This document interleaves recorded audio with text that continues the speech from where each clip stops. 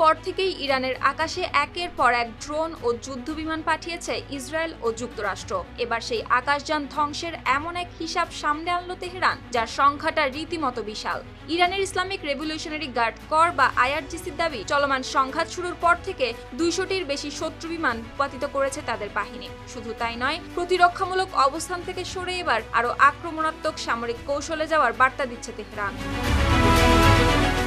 আইআরজিসির deputy commander in chief major general Mostafa Izadi এই সংঘাতটিকে hybrid যুদ্ধ হিসেবে বর্ণনা করেছেন। তিনি জানান, শুধু আকাশ থেকে হামলা নয়, দেশের ভেতরেও অস্থিতিশীলতা তৈরির চেষ্টা করেছে ইরানের শত্রুরা, কিন্তু সেই চেষ্টা সফল হয়নি। উল্টো সংঘাত ইরানকে দুর্বল বা বিভক্ত করার বদলে শক্তিশালী করেছে আরও। আর এমন দাবি সামনে এলো যখন ওয়াশিংটন ও তেহরানের মধ্যে বাকযুদ্ধ আবারও চরমে। মার্কিন প্রেসিডেন্ট ডোনাল্ড ট্রাম্প জানিয়েছেন, 17 আগস্ট দুই দেশের মধ্যে স্বাক্ষরিত সমঝোতা স্মারকের মেয়াদ শেষ হয়ে যাওয়ায় তেহরানের উচিত এখন আত্মসমর্পণের সাদা পতাকা তুলে দেওয়া। ফক্স নিউজকে দেওয়া এক সাক্ষাৎকারে তিনি বলেন, সামনে নির্বাচন আছে বলে ভোটারদের প্রতিক্রিয়ার কথা ভেবে তিনি ইরান যুদ্ধ নিয়ে সিদ্ধান্ত বদলাবেন না বা পিছিয়ে যাবেন না।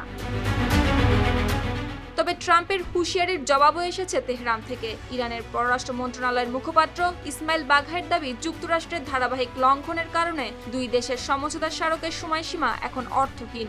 নতুন কোনো হামলা হলে তার জবাব দিতে ইরানি বাহিনীও পিছপা হবে না।